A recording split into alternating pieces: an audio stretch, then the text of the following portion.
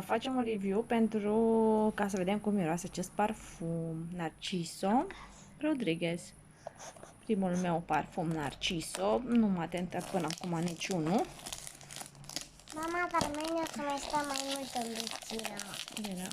Ține-te rog, Andrei, tu cu telefonul exact așa. Exact așa. Eu rapid îl desfac. Este cumpărat de pe Douglas. Da, de pe Douglas. La o reducere. Eu vreau să-l desfac. Tu îl desfaci tu.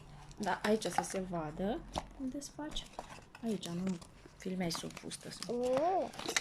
Așa. Ia, cum arată? Aici, te rog. Așa. Cum e? Frumos? Ciudat arată. Arată frumos? Ce părere aveți? Ciudat. E fain? Mie mi se pare ciudat. Un pătrat alb. Cine vrea să-l miroase prima dată?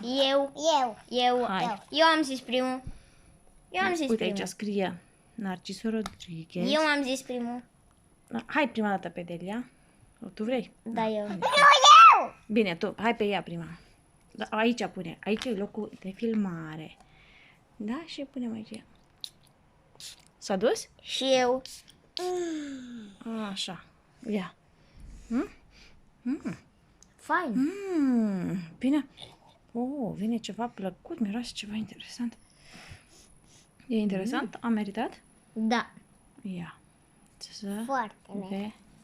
Narciso Rodriguez. Cam așa arată parfumurile cumpărate de pe Douglas și de pe Marionot, tot așa. Poate nu e original. Ba da, e original, că aici scrie o rubrică. Deja am observat. Pe astea scriu de unde exact sunt cumpărate.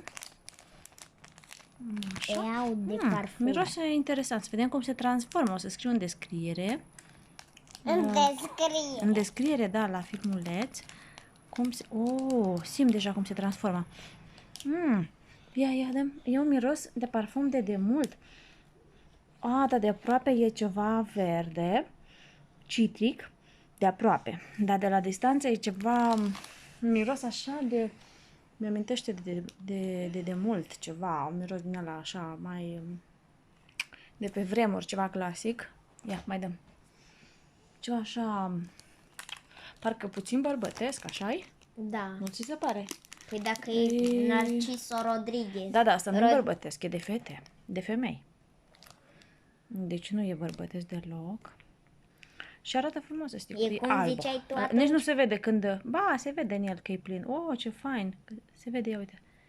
Când îl mișcă așa, se vede cum. Se vede așa și... Da, se vede cât este în el. Se vede așa. În și comparație așa, cu ăla roșu de la Ovidio. Armani, Si Pasione al Armani, care e roșu, seamănă așa sticla, cumva și e roșu și nu se vede cât parfum este acolo. Asta alb. Dar în asta chiar se vede. De chiar. Da, Asta- dar Zici că e lapte. nu e lapte, deci se vede clar că înăuntru este parfum. Și da, e un parfum interesant, încă nu e... Nu, zic Parcă albul. nu are încă semnătură, încă. Să vedem cum se transformă pe piele și de la distanță și de aproape.